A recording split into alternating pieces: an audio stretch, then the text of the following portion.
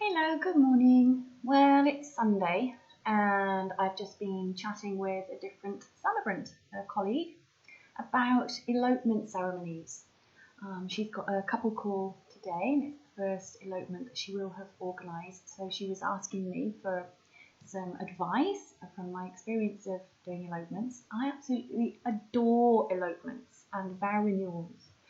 I love the intensity of a ceremony where it's just the two people in love declaring their love to each other, and you have the officiant. It's a very, very personal ceremony, and she was just wondering how to create an ambience.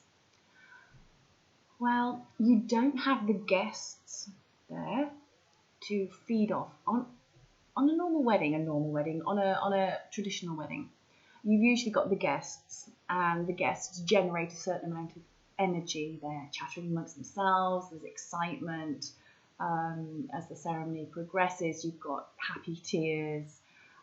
You've got guests that perhaps join in the wedding with their readings, so you've got a different voice, which makes the ceremony more interesting.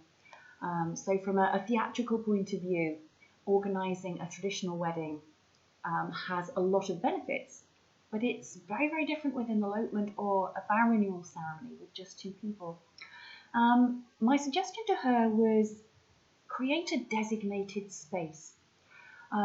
Often people want to elope and have the ceremony outside or have a vow renewal ceremony outside. I've performed vow renewals on the beach, for example, on a cliff top. I've performed elopement ceremonies in the courtyard of a palace, on the patio of a restaurant overlooking, again, a palace, a mirador, which is a viewpoint, spectacular view. So all these are public spaces, and what you need to be able to do is to claim that space temporarily for your ceremony.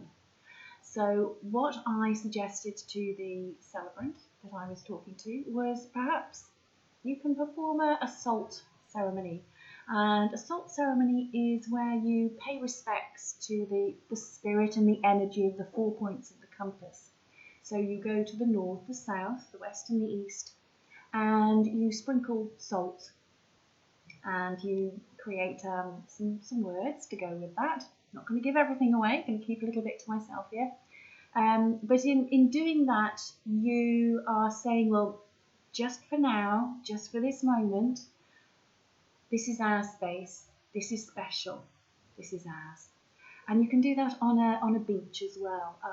You can use coloured sand. So you sprinkle the coloured sand, perhaps in a circle, perhaps in the shape of a heart, or it could just be the 4 points of the compass. And it's quite nice to have candles on those 4 points as well. Top tip though, never have bare candles because they will get blown out. So make sure you've got some lantern to protect the candles. So I'm suggesting that she designated the space in some way.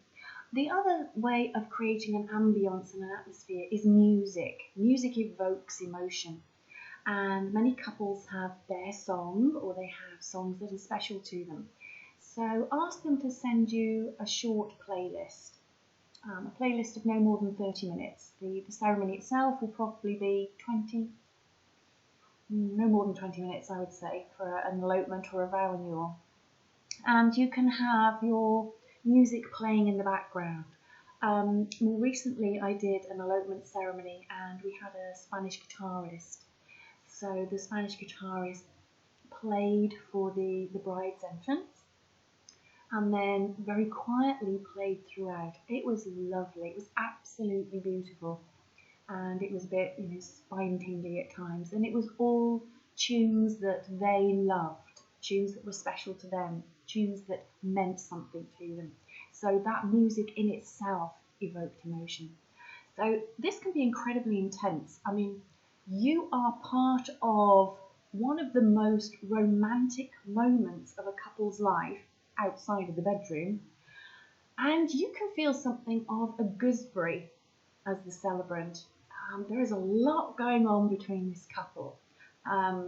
Obviously a lot of spoken words, but a lot going on that's unspoken. And the looks they give each other, a vow renewal couple and an elopement couple. Oh, they're so beautiful. So you need to know as a celebrant when to step back so that they are having that moment, and then when to just step in and to lead them again and guide them again. And you're not performing a ceremony as you might be with a traditional wedding. You're not enunciating everything to the world. You're not projecting to the back of the room. You're just talking to them, and your tone of voice is incredibly important. I liken it to officiating a funeral ceremony, when your vocal tone is very, very important, and you have highs and you have lows. That is a good way of creating interest within the ceremony, within the elopement or the vow renewal. It's just your tone of voice. So that all went on this morning, and I also had a bit of feedback from a couple, and I've been talking to this couple about a ceremony in Seville, in Sevilla, and they are spending a lot of money on a fantastic venue. There are two superb, in my opinion, venues in the centre of Seville, and they have booked one of them. So they haven't gone into this lightly. It's a full-blown wedding ceremony with a lot of guests travelling a long distance to join them for their ceremony. And they've said that they've got a friend who would like to step in and be the celebrant. So they've got a friend who's very kindly offered to officiate their wedding ceremony for them. And they said, thank you very much, it's been great talking to me, blah, blah, blah, but my services won't be required, which is fine, completely up to them. However, a friend, really? You're spending an incredible amount of money on a full-blown wedding ceremony. This is the heart of your day. This is the point when you commit yourselves to each other. You make that commitment, that affirmation, those vows. You're going to hand all of this over to somebody who doesn't have any experience previously of officiating a wedding. Somebody who is emotionally attached to you. They are your best friend. So they cannot be there as your friend on that day. They have to be there as your celebrant. And it's unlikely that they are able to step back from that and be the celebrant that you need them to be.